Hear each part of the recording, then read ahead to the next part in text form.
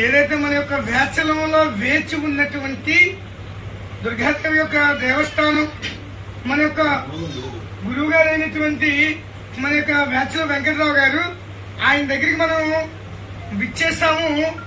ముందుగా మన యొక్క అరుణాచలం నుంచి విచ్చేసినటువంటి మన హరివాన్ గిరి స్వామి గారు, అదేవిధంగా మన యొక్క అచ్యుతాపురంలో దినదిన అభివృద్ధి చెందుతున్నటువంటి పట్టణంగా అటువంటి పట్టణంలో శివాలయం మరియు దుర్గాదేవి దేవాలయాలు నెలకొల్పినటువంటి మా తండ్రి గారు అయినటువంటి ఎల్లపు వెంకటరావు గారు ఈరోజు మేము ఇక్కడ విందు చేయడం జరిగింది.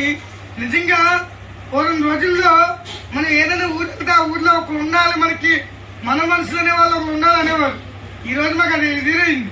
ఈరోజు మేము మహాదేవి వెంకటేశ్వరం దేవాలయం దర్శనం చేసుకొని అక్కడ రైవా డాము యొక్క ఆహ్లాదాన్ని తిలకించి ఇలా వస్తున్న దారిలో మన భవానీ గురువు ఉత్తరాంధ్ర సాధు పరిషత్కి సంబంధించినటువంటి ఏదైతే విశాఖ జిల్లా అధ్యక్షులైనటువంటి మన వెంకటరావు గారు ఇక్కడ వీళ్ళ యొక్క గృహంలో విందు చేయడం జరిగింది. కాబట్టి నిజంగా ఇలాంటి గురువులు ఉండడం గ్రామానికే కాదు దేశానికి కూడా అవసరం. కాబట్టి గురువుల్ని కాపాడుకోవడం ఈ హిందూ సమాజానికి అవసరం.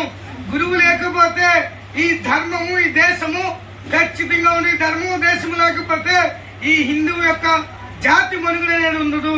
కాబట్టి దీన్ని గుర్తుపెట్టుకొని ప్రతి ఒక్క కుటుంబాలు కూడా కలిసి ఉండాలని చెప్పి హిందువులందరినీ కూడా కోరుకుంటూ జై శ్రీరామ్, జై శ్రీరామ్, జై శ్రీరామ్, జై శ్రీరామ్, జై శ్రీరామ్, జై శ్రీరామ్.